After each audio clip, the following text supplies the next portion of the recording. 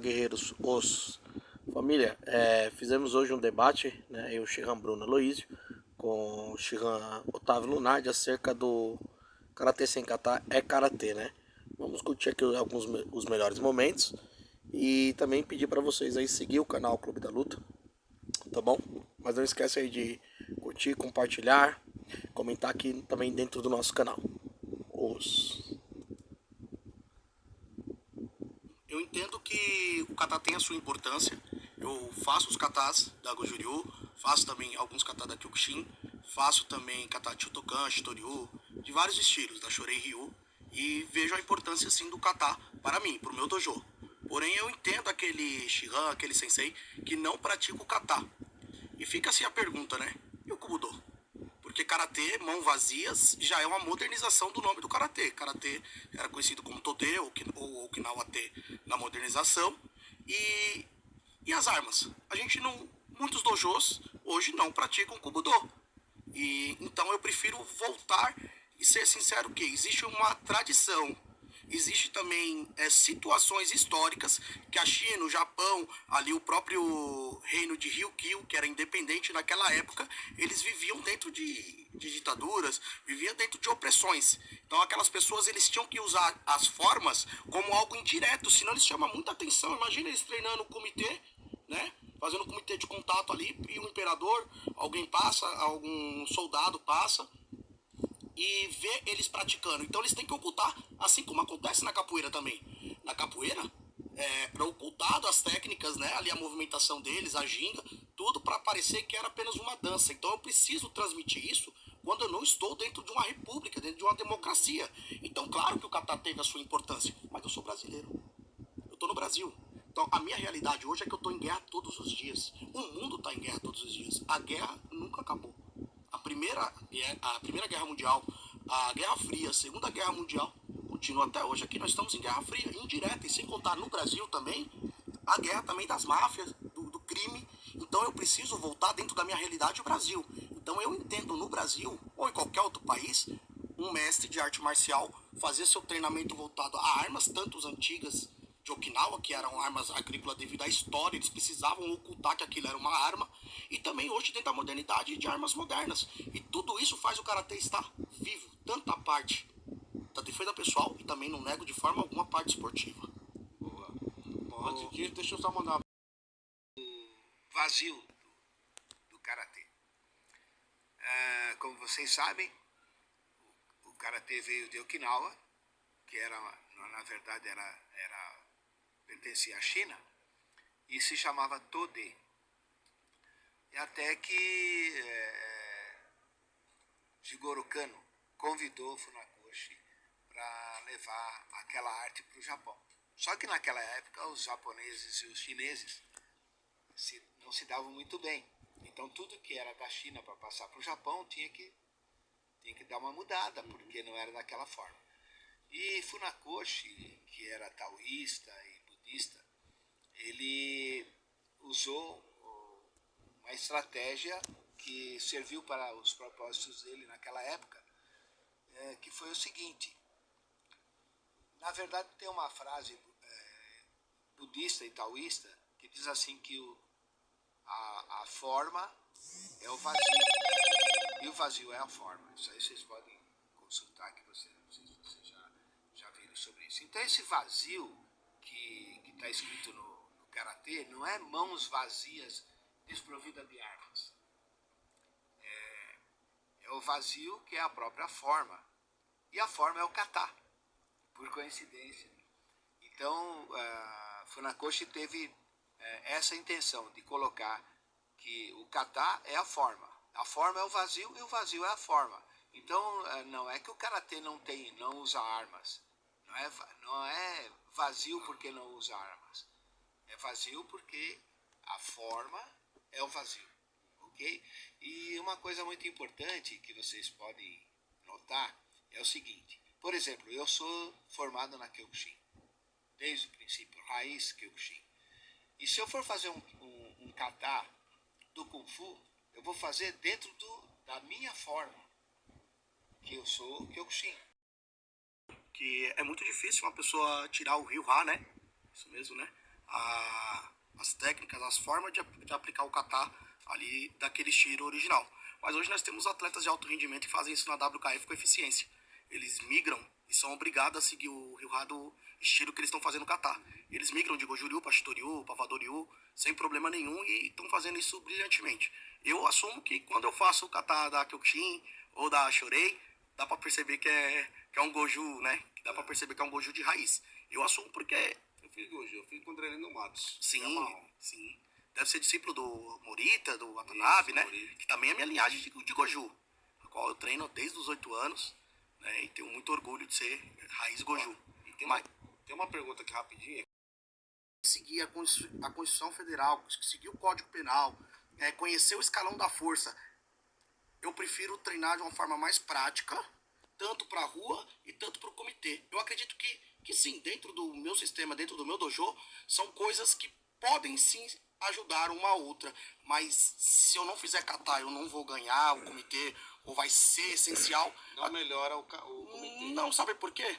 Nós temos aí filiado a minha organização, pelo que isso eu pesquisei, até na KCB e na CBKI, academias, dojos, que não praticam kata. E na verdade o atual campeão hoje da CBKI, da KCB e da CBKJ, que faz parte até da nossa diretoria, eles não têm kata como obrigatório.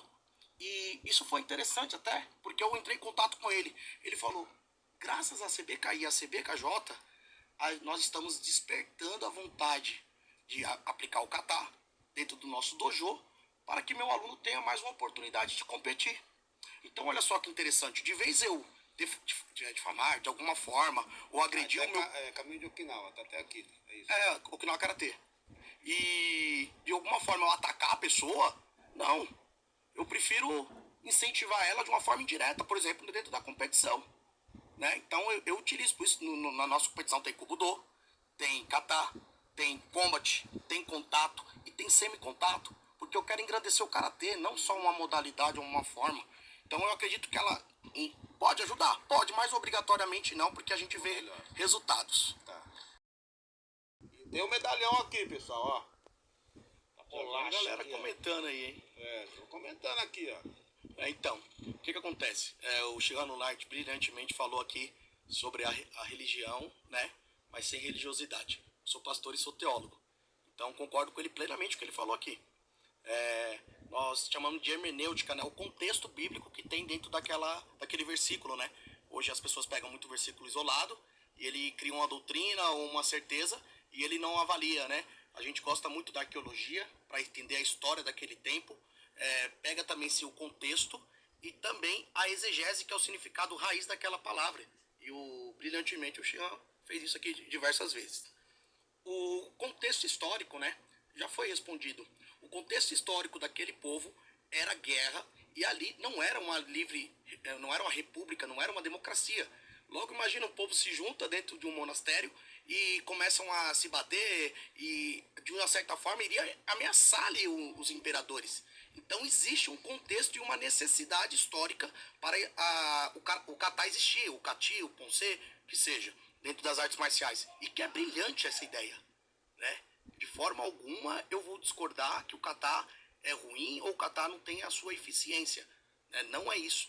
O meu apelo, na verdade, já sabia disso, e fico feliz de ouvir do Shihano Lard, não é que a posição dele, não, tudo bem, o dojo da pessoa, lá ele é ruim ou o kata não tem a sua eficiência, né? Não é isso. O meu apelo, na verdade, já sabia disso, e fico feliz de ouvir do Shihano Lard, não é que a posição dele, não, tudo bem, o dojo da pessoa, lá ele tem autonomia, né? Posso pensar de uma forma diferente, vou praticar, e que na verdade é o meu pensamento, eu pratico kata, mas respeito aquele que não pratica. Então vamos lá, o contexto eu estou avaliando, né? E a necessidade do karatê, o que aquele povo precisava?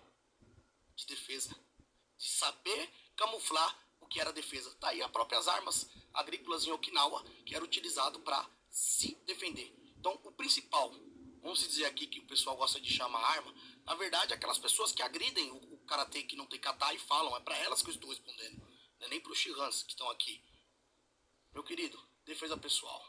tirar uma criança da ociosidade ou até de encrenca do meio da rua, trazer ela para dentro do dojo, ensinar para ela o que é Bushido e como ela se comportar. Primeiro escalão da força, presença física, saber cuidar da sua higiene, saber sentar em uma cadeira, saber se comportar fisicamente, como olhar para um colega, como intimidar uma pessoa com seu olhar. Segundo escalão da força, né? Verbalização correta, a pessoa ter uma boa oratória, saber se comunicar, saber se impor quando alguém quer menosprezar a pessoa dele na palavra, fazendo uma verbalização correta, não de baixo calão. O que eu acho que o pessoal precisa menos? É fazer um curso técnico. Eu fico triste, mas a gente tenta ensinar Jesus e a espiritualidade. Mas dentro do karatê também. Hoje tem pessoas que abrem a boca, enchem a boca e falam: isso é tradicional. Eu falo: isso é moderno. Se trouxe Funakoshi, que trouxe, isso é moderno. Porque o karatê original, ele nasceu em Okinawa, que para mim era uma província, um reino, né, separado da China, com influência, assim, porque ele sofreu tanto da China como no Japão, que tentava, mas eles sempre se trataram. Porque até que eles tinham um dialeto parecido com o chinês, mas eles tinham um dialeto próprio, então eles tinham característica de um reino próprio, né. E é claro que ele sofria assim, né, intervenções ali chinesa e japonesa, por ele ser uma ilha, estar ali no meio, ele sofria assim. Então tem tipo de religiosidade que eu acredito que atrapalha o desenvolvimento do karatê, né? A pessoa pregar, não quero criar polêmica, mas pode me convidar para outro debate se quiser. Kimono branco, kimono preto. Eu trabalho em projetos sociais. Nós trabalhamos lá em 5 projetos sociais na minha cidade. O senhor acha mesmo que uma criança vai ganhar um kimono preto, toda feliz, vai chegar no meu dojo e ele não vai treinar mais? Eu quero ver se ele não treinar, ele vai treinar com muita felicidade. Agora, dentro do, por exemplo, nós vamos para a CBKI, né? Propus aqui ir lá ajudar dentro do conhecimento de arbitragem com o Juryu e outros estilos também que eu tenho. Tem uma equipe também nossa lá que pode lá ajudar, se for o desejo de vocês. E eu entendo que eu vou na casa do mestre Lunardi, Shihan Lunardi. Então eu vou respeitar.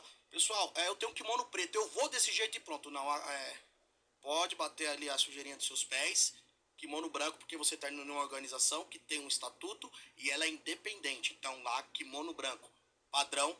Aí sim, tradicional do Kyokushin, não do Karatê. A TBKJ é kimono preto ou pode usar? Tanto faz, porque nós nasceu de projeto social e no próprio Okinawa, onde nasceu o Karatê, no Goju-Ryu, no Shorin-Ryu, nos estilos lá, oriundo do Narate, Shurite e Tomarite, eles utilizam o kimono preto, porque foi uma modernização japonesa o uso do Karate-Gi, do Judo-Gi.